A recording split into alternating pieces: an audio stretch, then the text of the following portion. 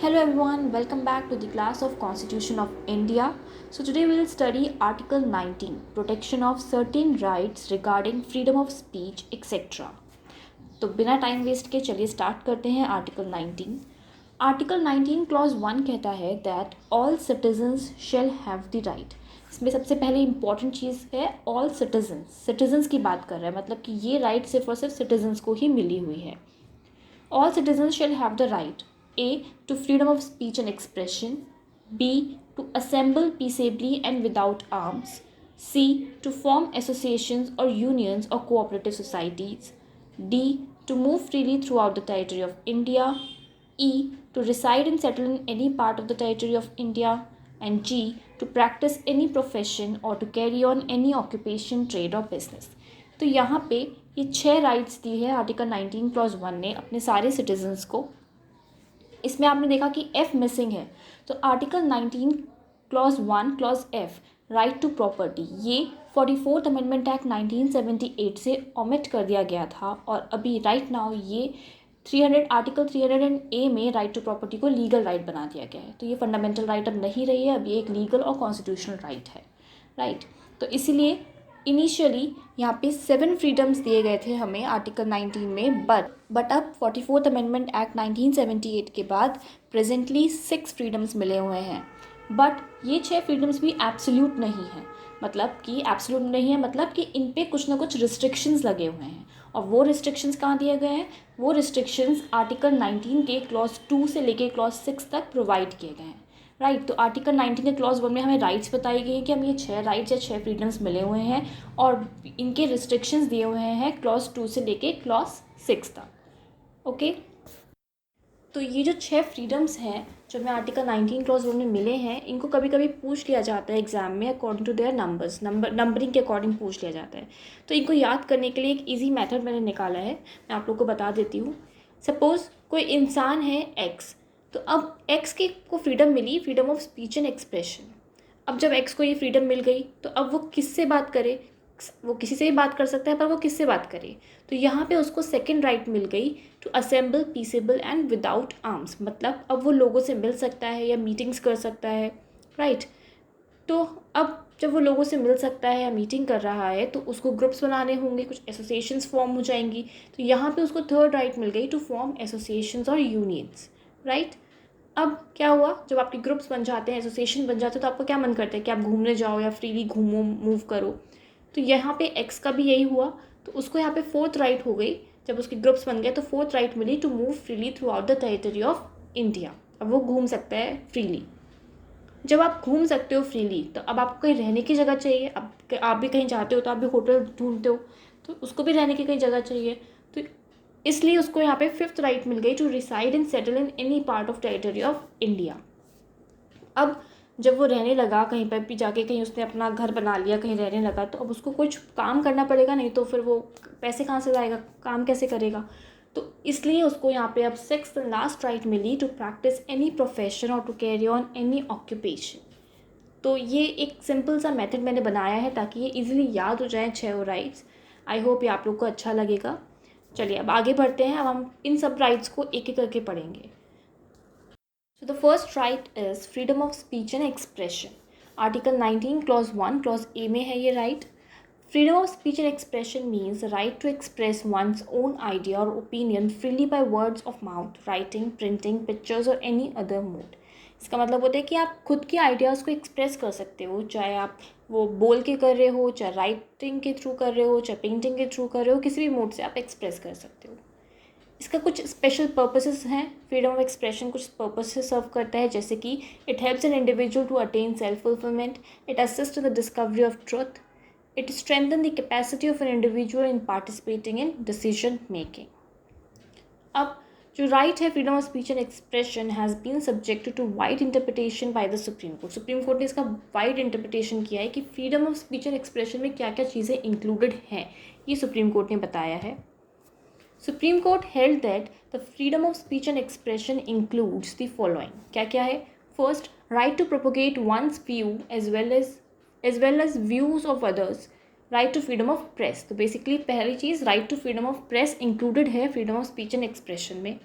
Secondly, freedom of commercial advertisements, right against tapping of telephonic conversation, freedom of silence, right against imposition of pre-censorship on newspaper, right to know about government activities, right to know, receive and impart information, and many more rights are included in freedom of speech and expression. तो इन सब के ऊपर जो cases हैं जिनके through हमें पता चला कि सुप्रीम कोर्ट ने ये बोला है कि ये सब इंक्लूडेड है, वो देखते हैं. Freedom of press. American constitution में फ्रीडम ऑफ प्रेस या liberty of press specially mention है, बट हमारे इंडिया के कॉन्स्टिट्यूशन में मेंशन नहीं है. लेकिन ये एक सेटल्ड लॉ है that right to freedom of speech and expression in article 19 clause 1 clause A includes the liberty of press. तो ये एक सेटल्ड है कि वो इंक्लूड करता है. ठीक है. पहला केस है Brij Bhushan versus state of Delhi AR 1950 supreme court. इस केस में सुप्रीम कोर्ट ने हेल्ड किया that the imposition of pre censorship on a journal previous to its publication is a restriction on the liberty of the press and would amount to infringement of article 19 clause 1 clause A. तो इस case में हुआ क्या था कि एक order issue किया गया एडिटर जो था न्यूज़पेपर का या पब्लिशर था उसको डायरेक्ट करते हुए कि आपको सबमिट करना है for scrutiny in duplicate before publication all communal matters and news including photographs and cartoons. मतलब आपको पब्लिकेशन से पहले सारे जो भी मैटर्स हैं न्यूज़ है वो सब सबमिट करनी है. ये ऑर्डर पास हुआ. तो इस ऑर्डर को स्ट्रक डाउन करते हुए सुप्रीम कोर्ट ने ये हेल्ड किया कि आप जो प्री सेंसरशिप का इम्पोजिशन लगा रहे हो किसी जर्नल पे उसकी पब्लिकेशन से पहले वो एक रिस्ट्रिक्शन है लिबर्टी ऑफ प्रेस पे और वो इन्फ्रिंजमेंट है आर्टिकल 19 क्लॉज 1 क्लॉज ए का. Right. Then Romesh Thapar versus state of Madras AR 1950 supreme court. इस केस में क्या हुआ? The notification banning the entry into or the circulation sale or distribution in the state of Madras or any part of it of the newspaper entitled Crossroads published at Bombay was held invalid because without liberty of circulation the publication would be of little value. तो इस case में जो एक newspaper है जिसका नाम crossroad है वो जो कि बॉम्बे में पब्लिश्ड है उसकी एंट्री का या सर्कुलेशन को बैन कर दिया गया मद्रास के स्टेट में या किसी भी और अलग पार्ट में उसके. तो सुप्रीम कोर्ट ने इसको बोला कि ये अगर आप उसकी सर्कुलेशन को बैन कर दे रहे हो तो अगर सर्कुलेशन की लिबर्टी नहीं है तो पब्लिकेशन की भी कोई वैल्यू नहीं है. Then Sakalchand press versus union of India AR 1962. इस केस में the daily newspaper price and page order 1960 which fix the number of pages and size of the newspaper was challenged. ये जो ऑर्डर है ये फिक्स करता था कि इस न्यूज़पेपर में एक नंबर ऑफ पेजेस कितने होंगे या साइज़ क्या होगा न्यूज़पेपर का. तो ये चैलेंज किया गया और इस ऑर्डर को स्ट्रक डाउन कर दिया गया and held to be inoperative. Supreme court ने हेल्ड किया that only restrictions which could be imposed on the press are those under article 19 clause 2 and no other. क्योंकि freedom of speech and expression पे जो restrictions लगाए हैं वो कहाँ दिए हैं? 19 क्लॉज 2 में. तो सुप्रीम कोर्ट ने कहा सिर्फ वही रिस्ट्रिक्शंस लग सकते हैं और कोई रिस्ट्रिक्शन आप नहीं लगा सकते हो. Right. The next case is Bennett Coleman versus union of India AR 1973. इस केस में बोला गया कि freedom of speech and expression include the right of free propagation and free circulation. तो right of free propagation and free circulation भी included है speech and expression में. Then the next case is Indian Express newspaper versus Union of India AIR 1985. It has been held that the press plays a very significant role in the democratic machinery.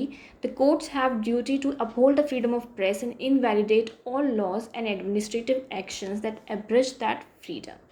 तो ये थे freedom of press के लिए cases. अब commercial advertisements की बात करें तो एक टाइम पे इनको कंसिडर नहीं किया जाता था freedom of speech and expression में. Hamdard Dawakhana versus union of India AR 1960 के केस में सुप्रीम कोर्ट ने हेल्ड किया that an advertisement of commercial nature was not protected by article 19 clause 1 clause A of the constitution. Then इसके बाद Tata press limited versus Mahanagar telephone Nigam limited AR 1995 के case में ये perception change हो गया and it was held that commercial speech was also a part of freedom of speech and expression. ठीक है. तो पहले के हमदर्द दवाखाना के केस में बोला गया कि नहीं है protected under this article, but next Tata press limited में बोला गया कि ये आएगा freedom of speech and expression के अंदर. और क्या क्या केसेस हैं? K Abbas versus union of India AR 1971 के केस में it was held that dramatic performance is a form of speech and expression. Then SP Gupta versus union of India AR 1982. Right to know, receive and impart information has been recognized within the right of freedom of speech and expression.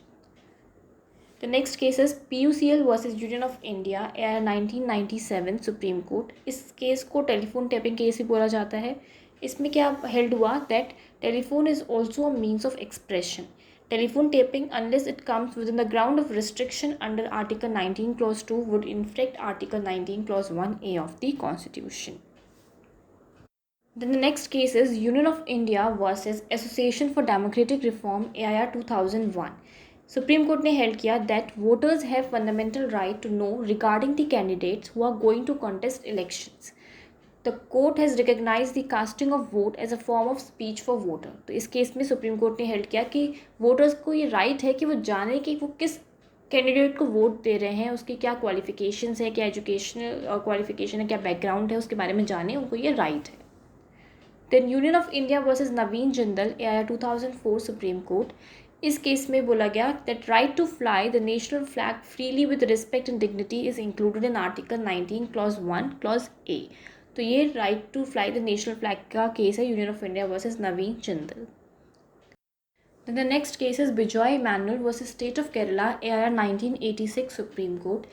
इस case में supreme court ने held किया that no person could be compelled to sing national anthem if he has genuine conscientious objection based on his religious belief.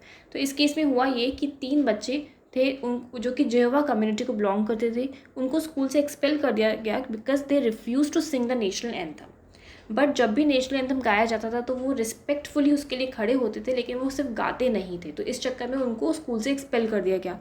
तब supreme court ने held किया कि किसी भी पर्सन को आप कंपेल नहीं कर सकते टू सिंग नेशनल एंथम अगर उनका कोई जेन्युइन ऑब्जेक्शन है उनकी रिलीजियस बिलीफ को मानते हुए. It was held that right to remain silent is included in freedom of speech and expression. तो राइट टू रिमेन साइलेंट अगर इस पर केस पूछा जाता है तो वह है Bijoe Emmanuel. Then there is this recent case of 2020, Anuradha Bhasin versus Union of India and others. इस केस में petitioner ने चैलेंज किया the internet shutdown in the union territory of Jammu and Kashmir. Supreme court ने हेल्ड किया that the freedom to access the internet is a fundamental right and is protected under article 19 clause 1 clause A of the constitution of India. तो इस case में जो कि Jammu and Kashmir में जो internet shutdown हुआ था उसको चैलेंज किया गया.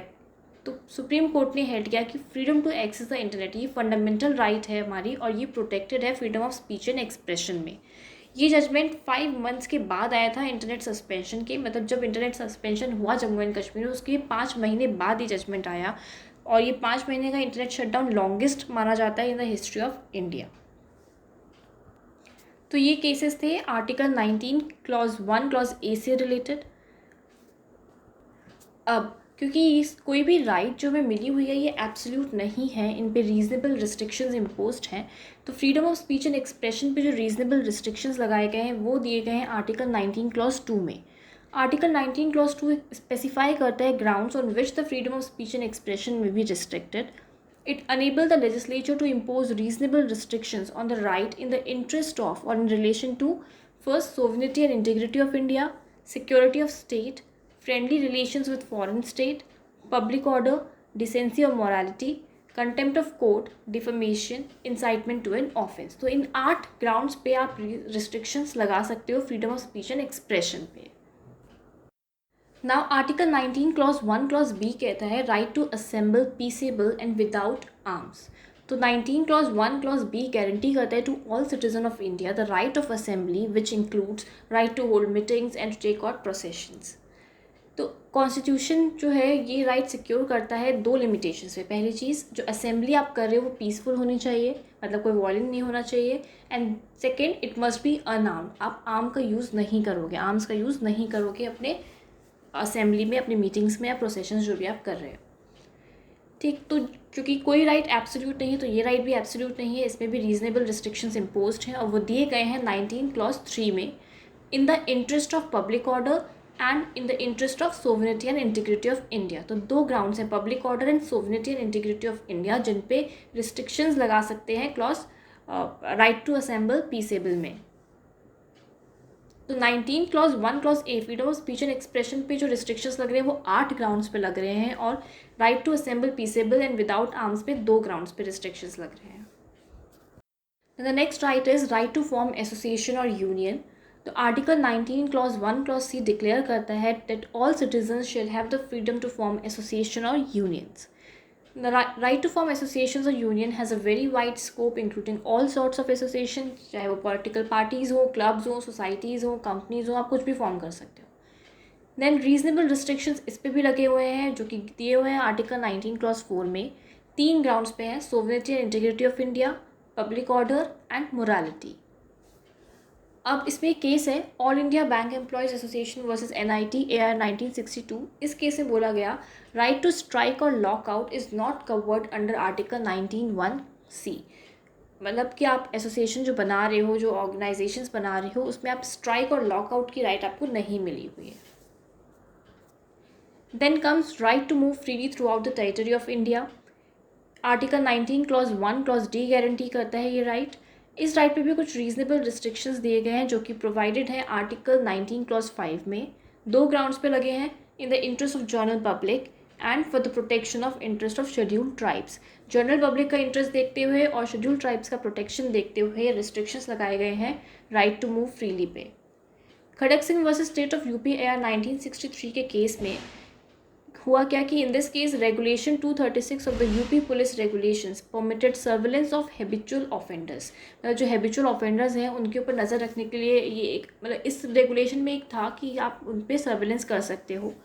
तो इसके कुछ एस्पेक्ट्स को अनकॉन्स्टिट्यूशनल कर दिया गया, बट ये हेल्ड किया गया कि watching and shadowing of such persons habitual offenders for the purpose of keeping a record of their movements and activities did not infringe the right to move freely. तो अगर आप ऐसे लोगों पे जो कि हैबिचुअल ऑफेंडर्स हैं, अगर उनको आप वॉच कर रहे हो या उनके ऊपर शेडो रखे हो, तो वो इन्फ्रिंज नहीं करता है इस राइट को.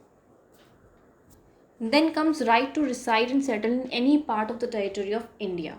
According to this article, every citizen of India has a right to reside and settle in any part of the territory of India.